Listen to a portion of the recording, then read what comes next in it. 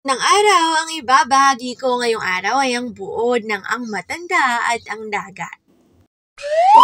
Magbasa, makinig, matuto at magsaya. Ako si Binibining Menya. Handa na ba kayo?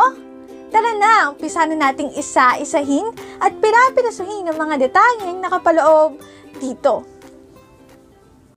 Maaari kong ibigay ang soft copy ng video na ito, mag-email ka lamang o kaya naman ay mag-message sa aking Facebook page. Ilalagay ko ang aking email sa gitnang bahagi ng video at ang Facebook page naman ay sa huling bahagi matatagpuan. Maraming salamat sa panonood! Tulad ng binanggit ko kanina, ang ibabahagi ko ngayong araw ay ang buod ng Ang Matanda at ang Dagat. Old Man and the Sea, sinulat ni Ernest Hemingway. Santiago, isang matandang mangingisda sa Cuba, ay matagal nang hindi nakahuhuli ng isda sa loob ng 84 na araw. Sa kabila ng kanyang, nanatili siyang determinado. Kasama niya ang isang batang lalaki, si Manolin, na dati niyang katuwang sa pangingisda. Ngunit iniwan siya ng pamilya ng bata dahil sa kawalan ng huli ni Santiago. Gayunpaman, patuloy na sinusuportahan ni Manolin ang matanda sa pamamagitan ng pagbibigay ng pagkain at pag-aalaga sa kanya. Sa ika-85 araw, naglayag si Santiago sa malalim na bahagi ng dagat at nahuli ang isang napakalaking marlin.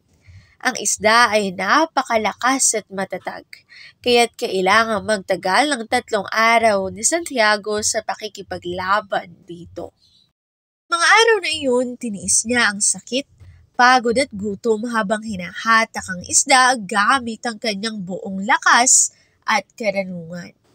Bukas, nagtagumpay siya at ang marlin, ngunit malayo pa ang kanyang biyahe pabalik sa dalampasigan.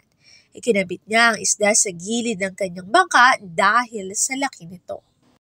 Habang pabalik ng mga ang kanyang huli, kahit na nagawa niyang ang ilan gamit ang isang at sagwan, hindi niya napigilan ng mga ng marlin. Sa huli, ang natira na lamang ay ang ng isda. Pagdating sa pampang, pagod na pagod si Santiago. Iniwan niya ang bangka at natulog ng mahimbing sa kanyang kubo. Kinaumagahan, nakita ng mga mangingisda ang ng marlin at namangha sila sa laki nito.